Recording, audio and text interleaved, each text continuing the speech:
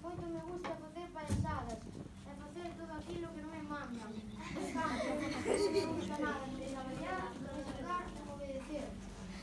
Estaban sendo moi maleducados mentres a mestra lles trataba de contar un conto. A pobre xa non podía máis con estes raparigos. Estaba claro, algo debía facer. Pero, que podría ser?